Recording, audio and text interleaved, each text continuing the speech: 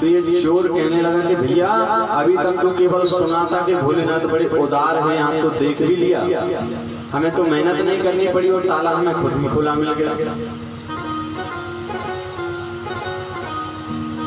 तो इसने हथौड़ी छेनी रखी और ये अंदर प्रवेश किया। और जब जैसे अंदर इसने प्रवेश किया है तो अंदर की जो इसने दशा देखी, ये तो उस अंदर की दशा को देख करके विचार ही दूसरा करने लगा। और अंदर क्या व्यवस्था थी? चारों तरफ अंधेरा, एक दीपक है वो भी मध्य मध्य जल रहा है, बुझने ही वाला है, और एक तांबे का कलश, एक कुर्सी है वो भी टूटी डली हुई है। तो ये चोर तो कहने लगा कि हमें तो लगता है साल में 10% यहीं डोनेट करना चाहिए, इनसे क्या लेके आए। और जैसे ही जाने लगा तो भोलेनाथ के ऊपर एक तांबे का कलश लटका हुआ था, उसमें से जल गिर रहा था, 3 काट दिया था जिससे जल्दी खाली ना हो। तो ये जैसे ही जाने लगा तो उसने कहा कि अब आए हैं तो कुछ तो लेके चले, लेकिन अपना जो कलश था वो थोड़ा ऊपर था, इसको चढ़ने के लिए कुछ मिला नहीं, तो ये भोलेनाथ की पिंडी पर ही चढ़ गया। और जैसे पिंडी पर चढ़ा, तांबे का कलश उतार करके जैसे ही नीचे आया है, बाबा भोलेनाथ मूर्ति फाड़ करके प्रकट हो गए। ये कहने लगा कि भूत आए, बोले भूत नहीं, भूत भावन है। बोले मांगो वरदान, क्या चाहिए, हम तुमसे प्रसन्न हैं। ये चोर कहने लगा ये हमने ऐसा कुछ किया तो है नहीं कि हमें वरदान देने के लिए आ गया। तो ये कहने लगा चोर के प्रभु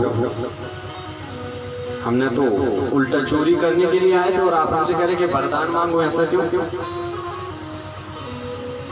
तो बाबा भोलेनाथ कहते भैया हमारे मंदिर में अगर कोई आता है, कोई फूल चढ़ाता है, कोई दूबा चढ़ाता है, कोई बिल्कुल फल चढ़ाता है, कोई जल चढ़ाता है, लेकिन आज तक कोई ऐसा भक्त नहीं आया जिसने खुद को ही मेरे ऊपर चढ़ा दिया। बोले महादेव भगवान की आज तक ऐसा कोई भक्त आया नहीं जिसने खुद को ही हमारे ऊपर चढ़ा दिया। नारायण। तो बाबा भोलेनाथ ऐसे उदार हैं। और यहाँ पर अभी एक और कथा दी।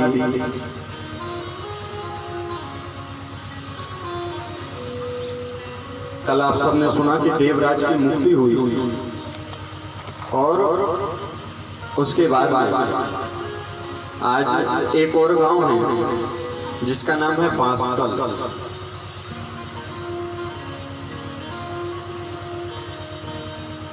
के धन्या धन्या कथा शंभो तम धन्यो धन्येव च यदा कर्णन मात्रेण शिवलोकं व्रजेन नरः।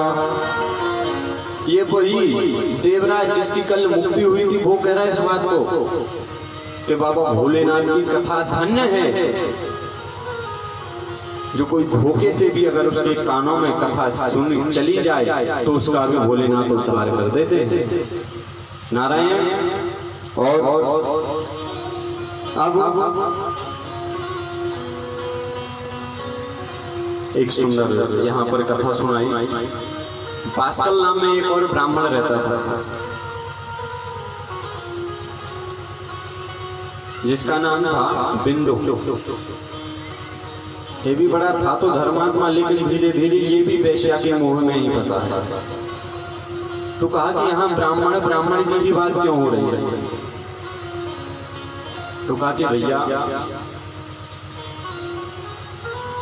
किसी सुनार के पास आप जाएंगे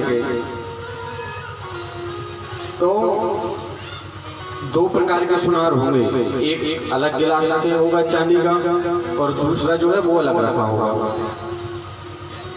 तो जो थोड़ा मिलावट वाला होगा वो तो जो एक असली गिलास होगा वो उठा के देगा कि भैया ये देखो एकदम असली है, क्योंकि एक